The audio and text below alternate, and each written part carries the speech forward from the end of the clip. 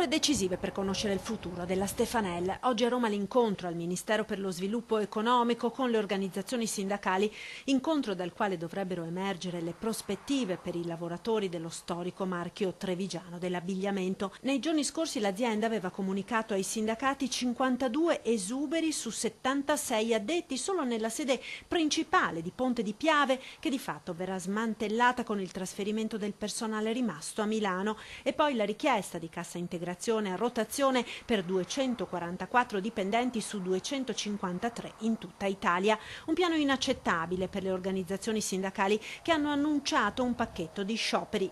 Intanto sulla crisi Stefanel è intervenuto il presidente della Regione Veneto, Luca Zaia. A me spiace tutta questa vicenda, spiace per la conoscenza diretta che ho di Beppi Stefanel, spiace perché arriva questa crisi in un momento non facile anche personalmente per la famiglia, e spiace perché siamo davanti a un'azienda importante, identitaria, un'azienda trevigiana, un'azienda veneta, e noi faremo di tutto per aiutarli, nell'interesse ovviamente dei lavoratori e di questa azienda.